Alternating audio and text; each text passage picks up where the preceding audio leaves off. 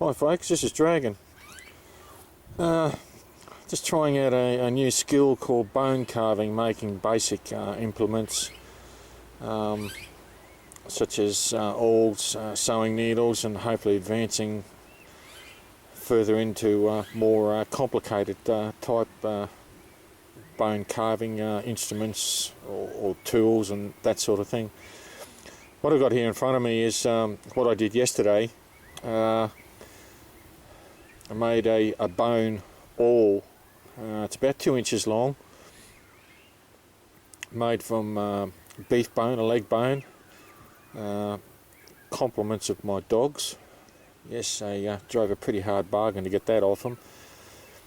But the bone itself was pretty old, very seasoned, and I've got to say it was very, very hard.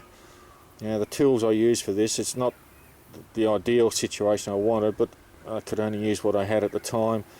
Was a couple of hand files to get the basic shape of it, then a 12-volt dremel grinder to shape it the way it is now.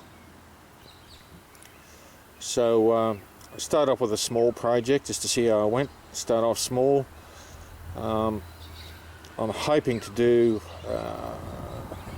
bone carving with more primitive tools like rocks and stuff like that. I haven't got any around here that are suitable at the moment. There's some out at our retreat, which I'm hoping to get out there this week and pick up some rocks if I can find the right shapes and cutting edges on them.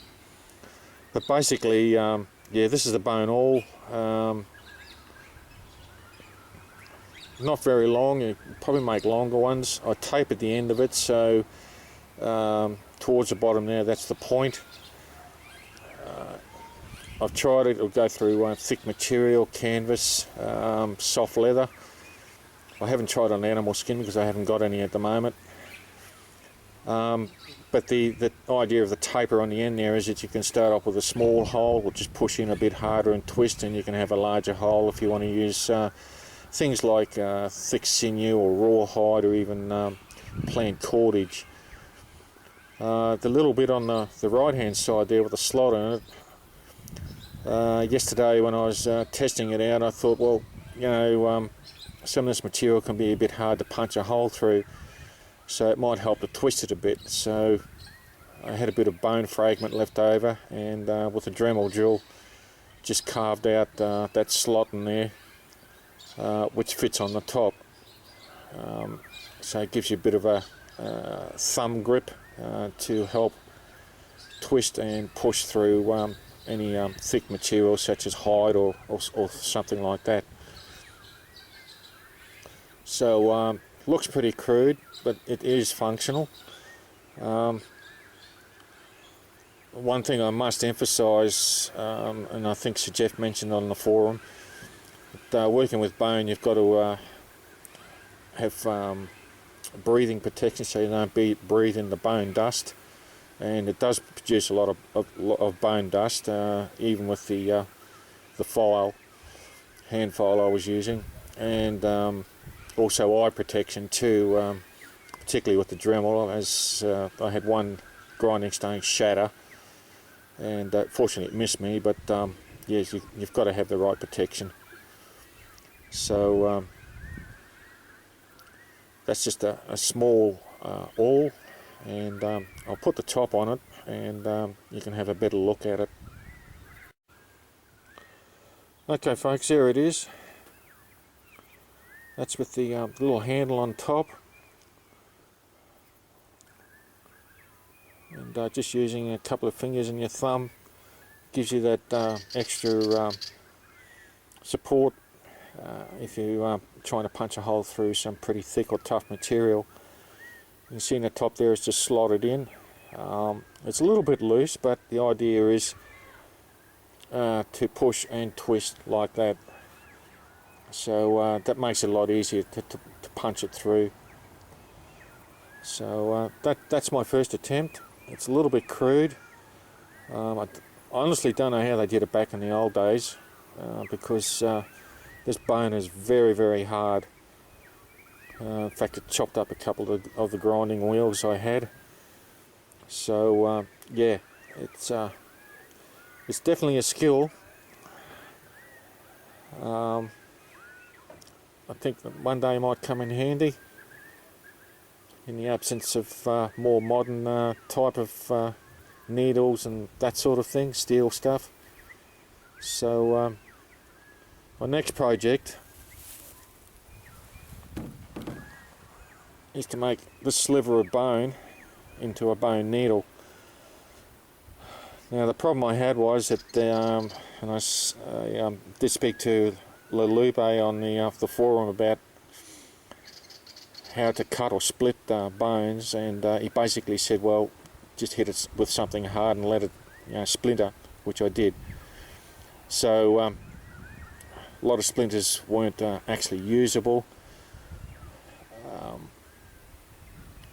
Being a seasoned bone, it shattered into a lot of small pieces. I do have raw bone in the freezer, so that's I'll bring that out sometime later in an effort to make some more items.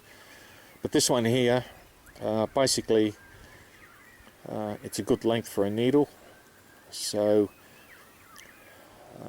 unfortunately, using modern methods with I'll use a chainsaw, 12-volt chainsaw sharpener on this.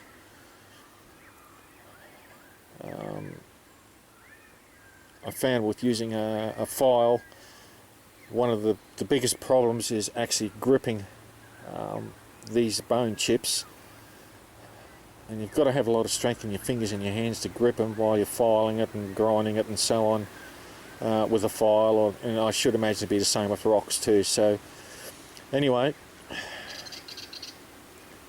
I'll progress on with this and see how we go. Okay folks, this is the last bit of bone I showed you to make into a hopefully a bone needle. What I had to do was, because it was a pretty rough piece of bone, a lot of jagged edges on that sort of thing, I had to roughly shape it with a file like that. That's the one I used actually, just to get a rough shape. That's just one end of it. Hopefully that'll be the point of the needle. But of particular note, when you're working with bone, this stuff, that's the powder, bone powder. That's the stuff you don't want to breathe into your lungs. So you really need to have some sort of face mask on there to filter this stuff out so you don't take it into your lungs. So it's taken about 10 or 15 minutes to do that. I've got it clamped on a small bench vise, but I haven't got the bench vise secured to the table. That enables me to make it a lot easier to maneuver it around so I can get the file around it. I've got it clamped in there just right. If I clamp it up too tight, the bone will crack or shatter. So I've got about half the bone exposed there, and do a bit more filing on it just to shape it a bit more. Then I'll finish it off with the Dremel grinder, and of course I've got to do the other end as well, where the eye of the needle will go. So that's pretty well it. It's a lot easier with modern tools if you got them, but we don't know how long we're going to have them. I've used 12-volt Dremel tool and chainsaw sharpener. Well, because a lot of my gear runs on 12-volt, that's why I rigged it up, solar powered and all that sort of stuff. I'm not using any grid powered tools such as bigger grinders or bench grinders or belt sanders or anything like that, so I'm trying to keep it as simple as possible. So we'll see how we go.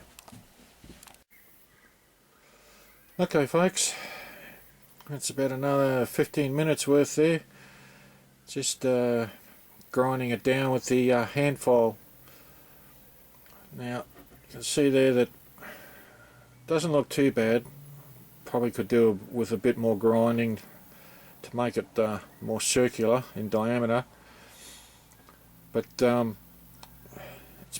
a little bit on the thick side too as far as needles go, but since it's my first attempt I sort of don't want to tempt fate and try and file it too thin and snap it. So I really don't know how thin these needles were back in the old days. A lot depends on the type of animal bone that they used, and of course the age of the bone too.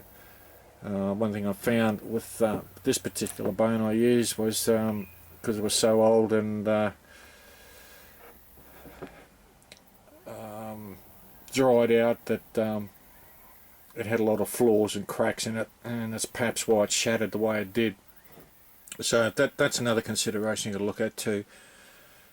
The type of bone, the age of the bone, whether you find an old bone laying around somewhere or use fresh bones. So some bones will have natural flaws or cracks in them, either from an injury to the animal or disease or something like that.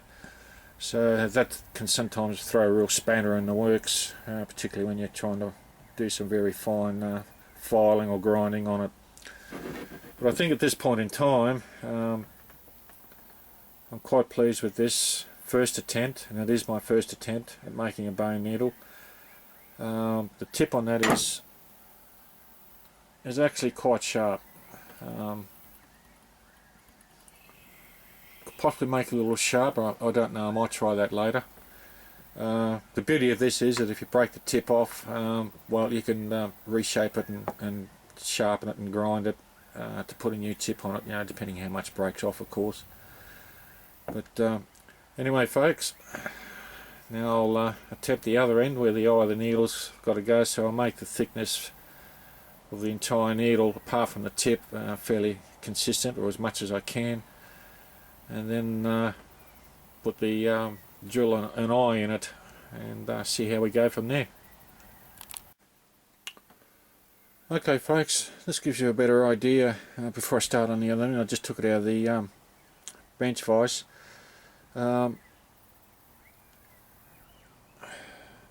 This is the end I ground down with the file, and this end is the bit that was inside the bench vise, inside the clamps. So you can see, compare the two ends. The bit inside the bench vise is still very rough. That's all got to be ground back with the file I've got, but I should imagine it'd be quite a hard job with doing it with rocks too. And that's the other end I've just done with the file. So the idea is reclamp it in the bench vise, hopefully while I'm filing it, because this end is so much narrower now that I've taken all the rough bits off it, that it doesn't snap off. So I'm going to be very careful what sort of pressure I put on this as I'm filing away all these rough edges here. I don't know how straight this needle will be. I guess we'll find out when I've finished it. I don't think it is of great importance that it be dead straight. As long as it's strong enough to go through the material. The size of the eye, well, you can make that as big as you want, depending on what sort of thread you're going to use, whether you use sinew or rawhide or some sort of plant cordage or that sort of stuff. So that gives you a better idea of how it's progressed. Remembering that the this end was pretty rough, pretty much the same as that end. So now I'll proceed on and try and clean up the other end with a file. See how we go. Go.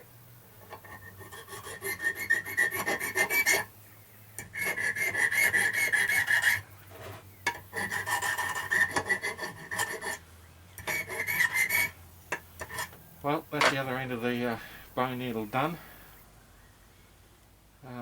Still a bit of a rough point on here. I'll probably grind that off, or just flatten it off a bit and shape it a bit more. And let's have a look at see. What I had to do was when I was doing the other end, because the jaws on this wouldn't grip it very well, I finished up with that little bit in there, but I could take that off with a file or a dremel grinder. So it looks fairly straight. There's a bit of a kink in it. It's quite a thick needle, so as I said, it's my first attempt. If I try to go any thinner, there's the risk that it may snap. So what I'll do is file a little flat on both sides, or opposite each other on that end of it for the eye, and then using a Dremel tool with a drill bit on it, a small drill bit, I'll put the eye in there and see how we go. It's a little bit thick, but it's a skill, and as I said, it's first time for me, so it's going to take a lot of practice. So needless to say, it's functional. It will be by the time it's finished for a lot thicker stuff, particularly with the threads you're using, either sinew or as I said before, or might be able to use a bit of rawhide or something like that, or even plain cordage. But that's it there anyway. So far, you can see a bit of a bend in it. I'm not too worried about it at this point in time. Now we'll just measure it.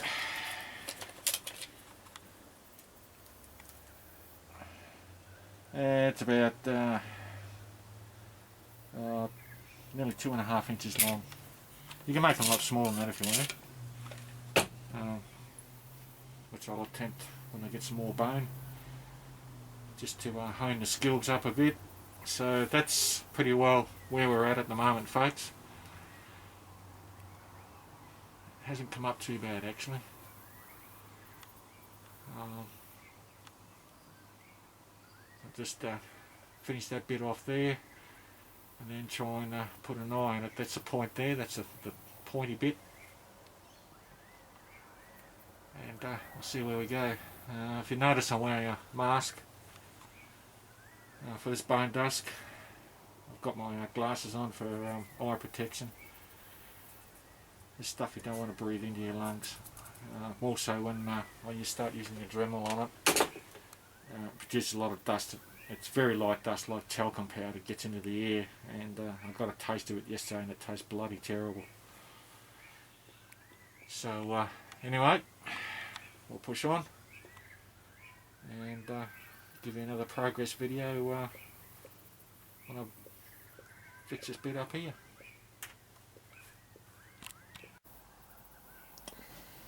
Well folks, this is the getting towards the end of the making the bone needle. That's it there. Ground all the rough bits off it. It's fairly straight. A few kinks in it. I'll never make a good bone surgeon, that's for sure. That end there is the pointy end. That's what you put through the material that you're going to sew. And this end here I put a bit of a flat on, just ground it off, and that's where the hole will go through for the thread, whatever type of thread you're using. I think this type of this size of needle, you're not going to get a rawhide thread through it, but certainly sinew or some type of material, cordage or thread or something like that, plant material stuff. But I've got to tell you, it's pretty hard bone. I'll give you an idea. That stone there is a spare stone I had for sharpening chainsaws, and I don't know if you can see it in this video. You can see all the pits on it. It's pretty well pitted just from grinding that bone, so it gives you some idea how hard this bone is. So yeah, I haven't got another piece of bone because I had an idea. You could use this for dual purpose. If I can grind it another piece of bone down and put a T-piece on the end of it, it can also be used as a bigger awl on that flat end there where the hole's going to go for the thread, so it'll serve a dual purpose. But I haven't got another piece of bone big enough. But there it is, folks, and I'll now proceed to drill a hole using the Dremel drill. Fortunately, I can only use the tools that are available to me, but I've been over that before, so we'll see how we go. Well, folks, that was a fail. I tried to put a drill bit through it, just a very fine one, to drill the hole to put the thread through, and the end snapped off. I think part of the problem is that the bone I've got is too old and too seasoned, so it tends to be a bit on the brittle side when you start drilling holes in them. But never mind, I'll go to plan B and try again. Well, folks, this is Dragon. That's the finished product of the bone needle. I've got to tell you, drilling the hole in this was bloody hard. And I guess it goes down to the age and the seasoning of the bone. It was a fairly old bone. Also, in hindsight, you see the thread through there. That's just normal cotton thread. In hindsight, back in the days when they used to use bone needles and such like, they're probably sewing up things, stitching things like thick animal hides and that sort of thing. So I would dare say that the needles they used in those days were much bigger, probably a bit long, but certainly thicker, because what they had to do with these, the eyes of the needle was actually carve it out with a hard rock flint. If they back in the Iron Age, a very pointy knife blade tip or something like that. Because of the diameter of this needle, there was no way in the world I could do that, and of course the hardness of the bone. So that's a lesson I've learned, and in hindsight, back in those days when they were using bone needles, they were probably a lot thicker, if not longer, considering what they had to sew, like animal hides and that sort of thing. Of course, the thread they were using could have been sinew, could have been rawhide, or very thick plant-based thread or something like that. But anyway, that's that one. Mr. Dragon wants to actually try and sew with it. Came up pretty well. I've got to tell you, it's a lot of hard work even with modern tools, so I can imagine what it's like trying to do it with rocks and things like that, which I will try. As I said, the tools I used on this, at least the electric tools, are all 12 volt based. I didn't use any grid power tools at all. What I also did was to make this a dual purpose one as an awl. If you remember earlier in the video, this is one I made yesterday as an awl. You had to punch a hole through whatever you're going to sew. I also ground off a bit of the end of it and can use the same piece as the awl. So that's a dual purpose item. It's a needle, and it's also an awl for punching holes through whatever material you want to sew. So a lot of lessons learned, no doubt a lot more to learn. I think next time I'll use a much younger bone rather than a seasoned bone like that. That bone wasn't cooked or anything, it's just a raw bone I'd given to the dogs, and it's probably about a year old, rocking around the yard somewhere, and of course all the natural oils and fats dry out of it, and becomes very hard.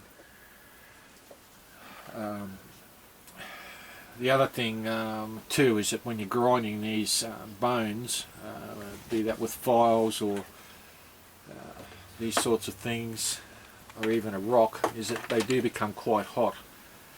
And in saying that, I would have a good guess that that makes the bone, particularly old bones, more brittle to work with. So that's something probably to keep in the back of your mind. But anyway, it's all good. First ones, I'm quite happy with the results. Learned a lot, and I'm hoping to do some more soon. I won't make the same mistake of making the needle so thin or fine. You certainly won't get them as fine as a steel needle these days. But that's a lesson I learnt. So actually the hole, I had to use a high-speed steel drill bit to drill a hole. That's how hard the bone was. There's no way in the world I was going to be able to carve that out with a knife tip or even a very sharp type of rock like flint or quartz or something like that. It just wouldn't work, not for that thickness of needle anyway. Alright folks, there it is. Thanks for watching.